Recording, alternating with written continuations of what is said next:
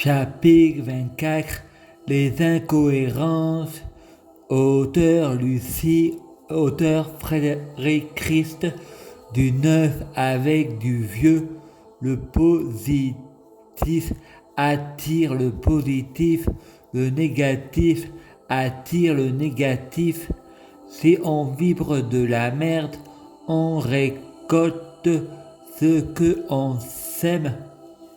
Karma à Saint-Paul, Croix-Château, Monsieur et Madame Mev sortant de boîte de nuit et sur la route, y voyant une secousse volante. Fred répond, vous sortez de boîte de nuit, la marmotte met le chocolat dans le papier alu. Fred entend les murs porteurs de Florent Pagny et un peu plus près des étoiles de Soprano. Fred répond, docteur, j'ai pas l'intention de me soigner. Je suis dingue. De Soprano.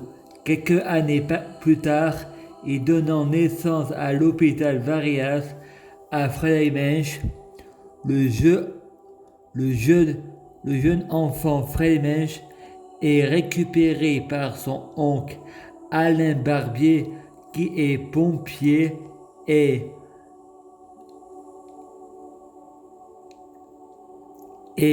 essaye le casque. Nous partons le week-end à Marseille voir ma tante Ludivine Chabot me donner le lait avec le biberon. Je tombe des escaliers. Fred pense, j'ai un sentiment de doute. Ensuite, je vais à l'hôpital. Je me réveille à Tolignan où je suis dans un appartement avec mon père et ma mère et où les barreaux du lit sont verts et pour ouvrir le portail, il faut une clé automatique qui ouvre le portail automatique. Après, je vais chez ma tante à Tolignan. Je joue à des jouets pendant que ma mère donne naissance à ma sœur Stéphanie Mensch. Après quelques mois plus tard, Frédéric va à l'école de Tolignan. Frédéric pense, sentiment de doute. À la fin de la récré, Frédéric, au lieu de retourner à l'école, continue à jouer au bac à sable. La maîtresse l'appelle pour regarder des diapositives de Disney, Ross et Rookie. Frédéric pense, sentiment de doute. Le lendemain, Frédéric se bagarre avec Adamon. Frédéric répond, personnage imaginaire de série télévision et lui crève les yeux.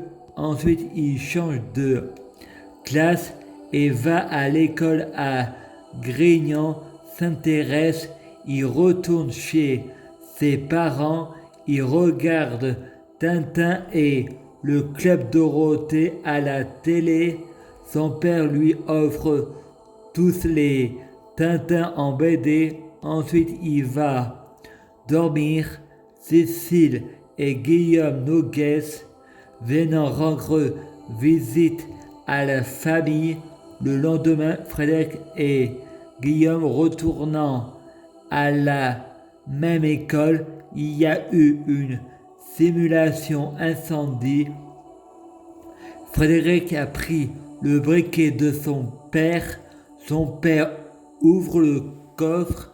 Frédéric met le briquet dedans pour le reprendre et mettre le feu. Frédéric répond, il ne faut pas rêver en Provence. Et le feu n'a pas lieu car Frédéric a été contrôlé par son père. Frédéric répond, il ne faut pas rêver en Provence. Son oncle Alain Barbier est mort. Frédéric prie Jésus pour Alain Barbier sortant du purgatoire pour aller au paradis. Frédéric alla en famille d'accueil chez Joseph et Marie. Il fait connaissance avec Castor et Pollux.